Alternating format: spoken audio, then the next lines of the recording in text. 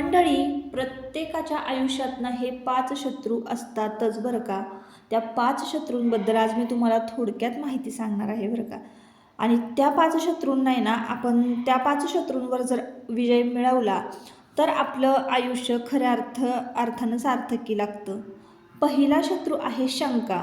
स्वतःवरील शंका की नाही ही वाळवीसारखी असते. कधी आपल्याला ती आतून पोखरून काढते आणि आपल्या विश्वासाची इमारत ढासळायला लागते, हे आपल्यालाच कळत नाही. म्हणून आपण स्वतःवर जी शंका घेतो की नाही, हे मी करू शकेन का, हे मी करेन का, करू शकते का, असं आपण जेव्हा मनाने म्हणजे चिंततो, बोलतो, तर ते आपण म्हणजे आपला स्वतःवर विश्वासच नसतो. त्याच्यामुळं ह्या सगळ्या शंका आपल्या मनात येत असतात. तर ती शंका फक्त आली नाही पाहिजे, म्हणून मग मी अगदी साध्या भाषेत तुम्हाला समजवण्याचा प्रयत्न करते की स्वतःवर कधीही शंका घेऊ नका. आपल्यात एवढं सामर्थ्य असतं की आपण अख्खं जग बदलू शकतो, अख्खं जग वेगळं करू शकतो, म्हणजे पलटवू शकतो. अख्खी सत्ता आपण पलटवू शकतो. इतकं प्रत्येकाच्यात सामर्थ्य असतं बरं का, प्रत्येकाच्यात. फक्त स्वतःवर विश्वास असायला हवा. असं. दुसरा शत्रू आहे भीती. भीती तर प्रत्येकालाच वाटते बघा, सगळ्या किड्यामुंग्यांची, सरपटणाऱ्या प्राण्यांची, कोणाला कशाची, प्रत्येकाला भीती ही वाटतच असते. पण साहसी लोकांना भीतीचा स्पर्श होत नाही बरं का. जे निडर असतात, म्हणजे ज्यांना भीती त्यांच्या मनामध्येच नसते, भीतीवर ज्यानं विजय मिळवलेला असतो ना, तोच खरं तर काही ना काहीतरी बदल घडवू शकतो, क्रांती घडवू शकतो. म्हणून आहे ना, आधी भीतीवर विजय मिळवायला शिका. आता एक साधारण कमेंट मला आली होती बरं का, मी पालीला खूप घाबरते. पण आहे ना, मी माझ्या मनाला आहे ना जसं जसं तयार केलेलं आहे ना, की ती म्हणजे काय करू शकणार आहे ना एवढंसं पिल्लू, पालीचं म्हणा किंवा पाल, आपण केवढं मोठं, किंवा मी हे स्वतःला तयार करत गेले. आणि मग मी जवळ उभं राहायला लागले पालीच्या, मग हळूहळू तिला बघायला लागले. हे करत ना एक प्रकारे माझ्या मनातनं त्या पालीविषयी भीतीच निघून गेली. तर असं असतं, आपण हळूहळू आहे ना प्रत्येक गोष्टींवर किंवा भीतीवर आपल्या जर विजय मिळवला ना, तर नक्कीच सगळ्या गोष्टी ह्या सोप्या होतात. आणि कुठपर्यंत भिणार आहे, कुठल्या कुठल्या गोष्टीला आपण घाबरणार आहे, कधी ना कधीतरी आपण एकदम साहसी व्हायलाच हवं. एकदम साध्या भाषेत हे सुद्धा मी तुम्हाला समजून सांगितलं. तिसरा शत्रू आहे निराशा. तर आहे ना, यश मिळवताना अपयश येणारच, अपमान होणारच. जो अपमान पचवू शकतो ना, तो कधीच निराश होत नाही, उलट दुप्पट जोमानं परत उभा राहतो. एखाद्यानं आपला अपमान केला तर आपण कधी जाऊन त्याला एकदा उलटं बोलतोय, कधी जाऊन एकदा त्याचा बदला घेतोय, कधी एकदा जाऊन त्याचा काटा काढतोय, असं होतं आपल्याला.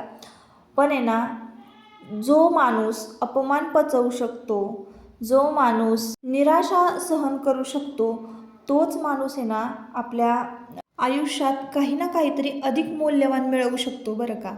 आणि अपमान सहन करणारा जो, म्हणजे अपमान सहन करत असेल एखाद्या व्यक्ती, तर त्याला तुम्ही असा गरीब, शांत बिचारा असं कधीच समजू नका. ती माणसं खूप खूप हुशार असतात बरं का, जी अपमान सहन करतात आणि ते डोक्यात ठेवूनच सगळे कामं करत असतात.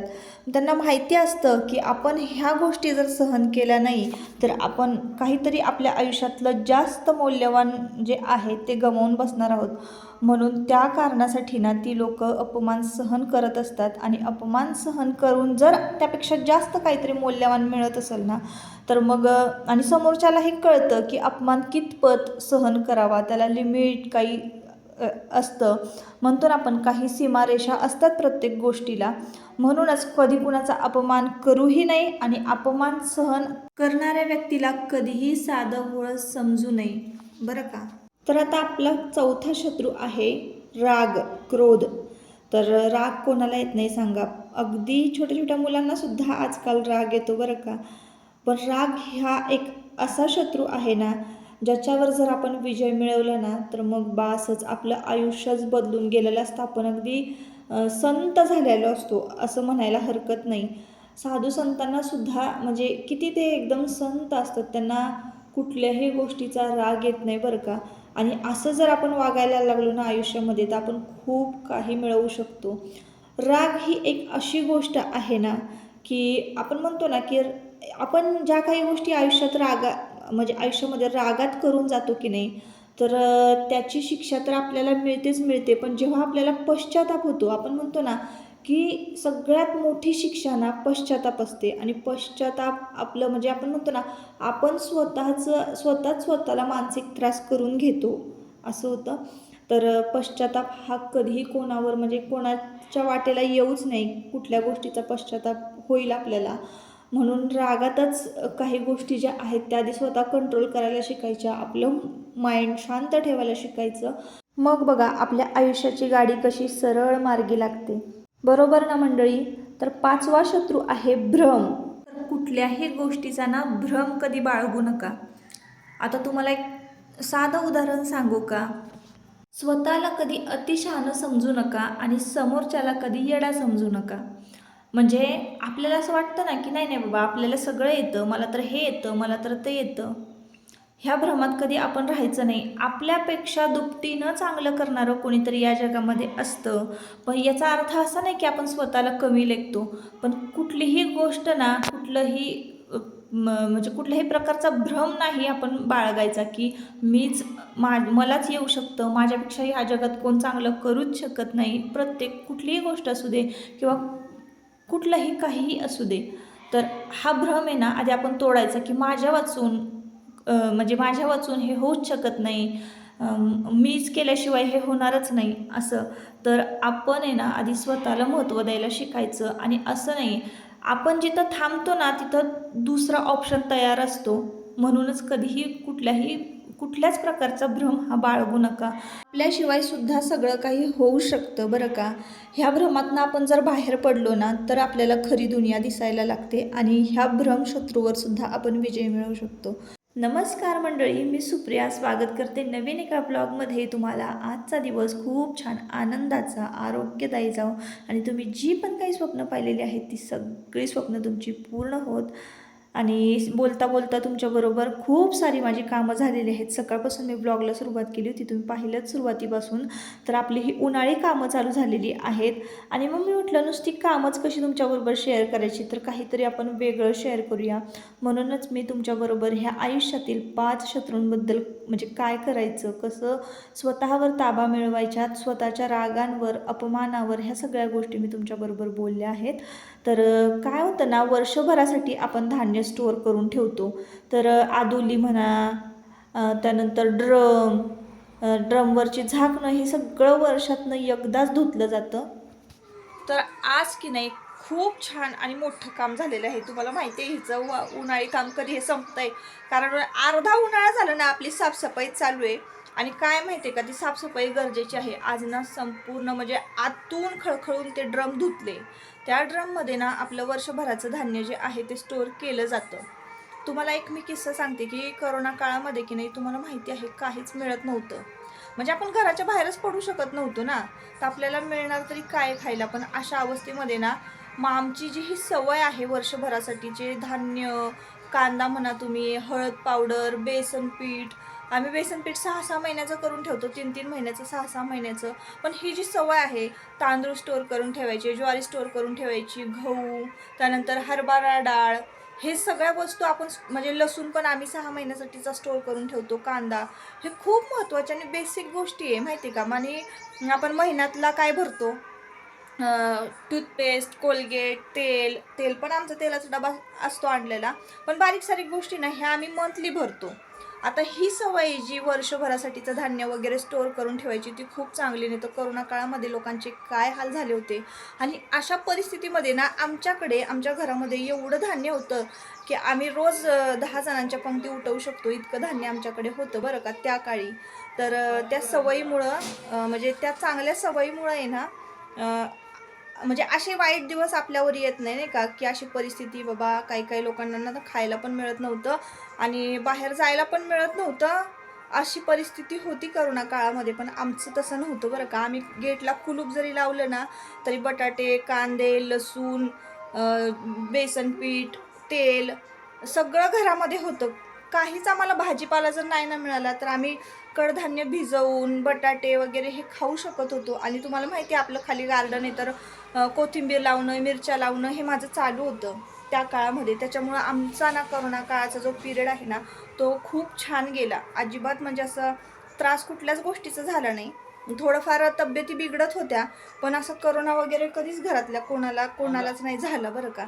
आणि देवा लहान होता ना, तर आमच्या घरामध्ये म्हणजे असं वातावरण असायचं. तर फोटो जर मला मिळाले ना, तर मी तुमच्याबरोबर शेअर करते. त्या काळात आम्ही आजी बाबा आम्ही 4-8 म्हणतो ना आपण कवड्या 4-8 खेळायचो आम्ही. घरातल्या घरातच आम्ही बरेच खेळ खेळायचो बरं का. त्यामुळे ना आमचा दिवस पण निघून जायचा आणि खाण्यापिण्याचे पण कधीच हाल व्हायचे नाही. तर ही चांगली सवय आहे. म्हणून वर्षभरासाठी आपलं धान्य व्यवस्थित राहावं, व्यवस्थित स्टोअर राहावं, ह्यासाठी ना ही सवय खूप चांगली बरं का. म्हणून आता हे ड्रम वगैरे सगळं स्वच्छ धुवून झालं आणि ते आता वर्षभराचं धान्य भरून ठेवायचं. आता गहू घ्यायचेच आहेत लवकर. जी जुनी ज्वारी होती, ज्वारी खाल्ल्या जात नाही ना आपली, म्हणजे आम्ही भाकरी खूप कमी खातो. मुलांच्या टिफिनला चपाती वगैरे लागते ना, त्याच्यामुळे भाकरी खूप कमी खाण्यात येते.